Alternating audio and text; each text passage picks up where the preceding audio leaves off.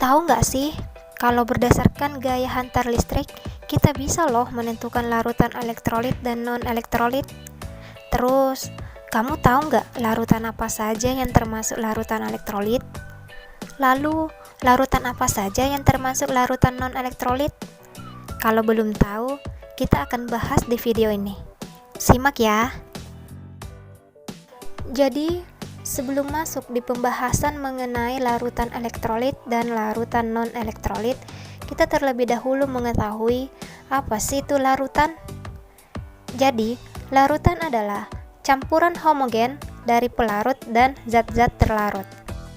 Larutan dibagi menjadi dua, yaitu larutan elektrolit dan larutan non-elektrolit.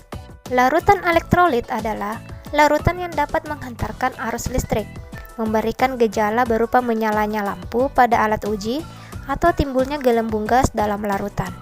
Sedangkan larutan non-elektrolit adalah larutan yang tidak dapat menghantarkan arus listrik.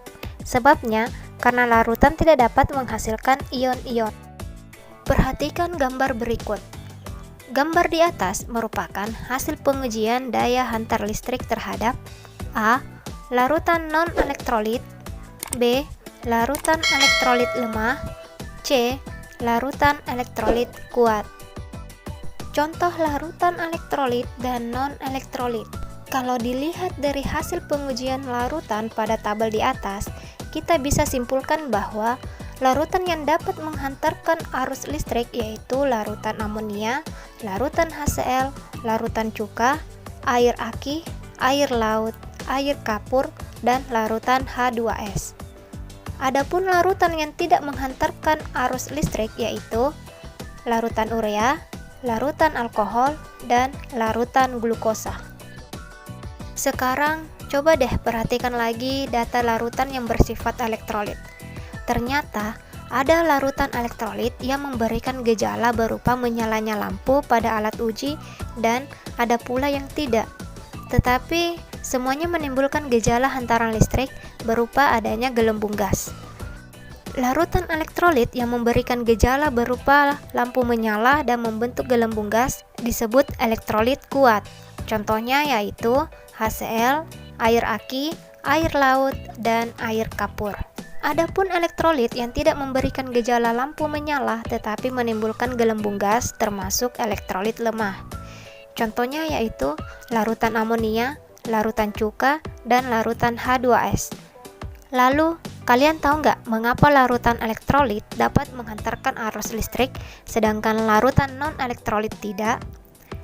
Jadi, larutan elektrolit kuat terbentuk dari terlarutnya senyawa elektrolit kuat dalam pelarut air.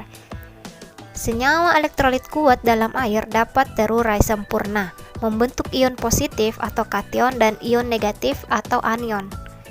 Arus listrik merupakan arus elektron pada saat dilewatkan ke dalam larutan elektrolit kuat. Elektrolit tersebut dapat dihantarkan melalui ion-ion dalam larutan, seperti dihantarkan oleh kabel.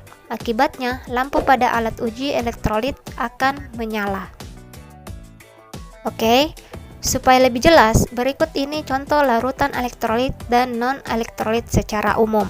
A. Larutan elektrolit kuat, yaitu asam kuat membentuk HCl, HBr, Hl, HNO3, H2SO4, HClO3, HClO4. Dan basa kuat yaitu NaOH, KOH, MgOH2, CaOH2, BaOH2. Garam pada umumnya merupakan elektrolit kuat. Contoh NaCl, BaCl2. B. Larutan elektrolit lemah, yaitu asam lemah, contohnya CH3COOH atau asam cuka, H3PO4 atau asam fosfat, dan lain-lain. Basa lemah contohnya AlOH3, FeOH2, AgOH, dan lain-lain. C. Larutan non-elektrolit, yaitu larutan selain asam, basa, dan garam. Contoh gula, alkohol, glukosa, urea, dan lain-lain. Gimana? Sekarang udah mulai paham kan? Jadi, cukup sampai sekian materi pada pembelajaran kita hari ini mengenai larutan elektrolit dan non-elektrolit. Sekian dari saya. Wassalamualaikum warahmatullahi wabarakatuh.